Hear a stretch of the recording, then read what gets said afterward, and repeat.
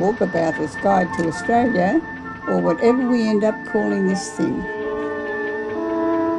G'day, here we are at Pike Place, Seattle. If you ever find yourself back in time, decades in the past, this humble store would be the only Starbucks establishment in the world you could go to. Let's look back at those dark origins now.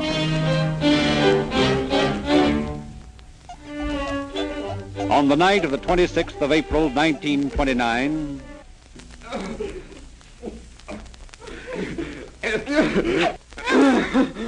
Herb Turner is dead. The sheriff is called. We've got the cup that the victim drank the coffee from. What was in it? Coffee. Oh, good morning, Doctor. Morning, Sheriff. Well, have you completed the autopsy? Yep. And? A man died of strychnine poisoning. Just as I thought. Well, how did you know? Painstakingly, Sheriff Dombacher learns from witnesses that Alma had carried the fatal cup of coffee. He learns that at least one person saw her stirring the cup in a dark corner. Then he interviews a Mrs. Ruby Carter. Did you see her carry the cup out to him? Well, not exactly. But I was sitting near the door talking to some friends. She came by with a cup of coffee in her hand. Someone bumped her and she spilled some of the coffee on my best red silk dress. She spilled some of the coffee on your dress? Yes. Just look at them coffee stains.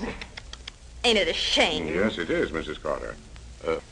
Mrs. Carter, I'll have to take this skirt with me. What for? For evidence. I can't for the life of me see what you want with it. Well, I'm not at liberty to tell you now, Mrs. Carter. But I've got a hunch you'd be surprised if you knew what else was in those stains besides coffee.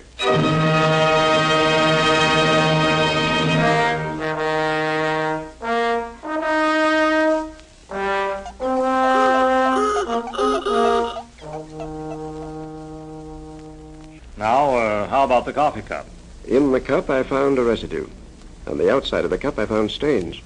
Both residue and stains contained evaporated coffee, milk, and strychnine. Enough strychnine to cause death? More than enough. Of course, it could have been suicide. I personally doubt that. Why?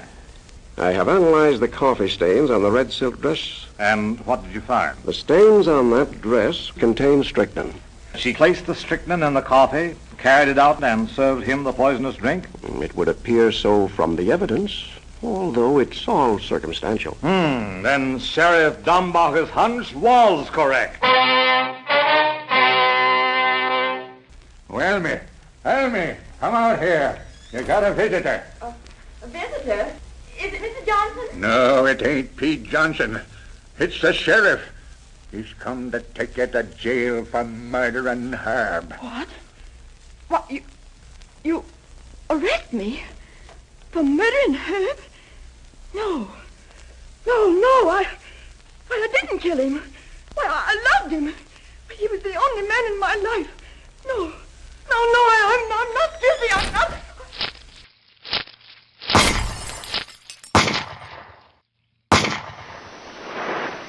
The tale of the Little Mermaid originated here.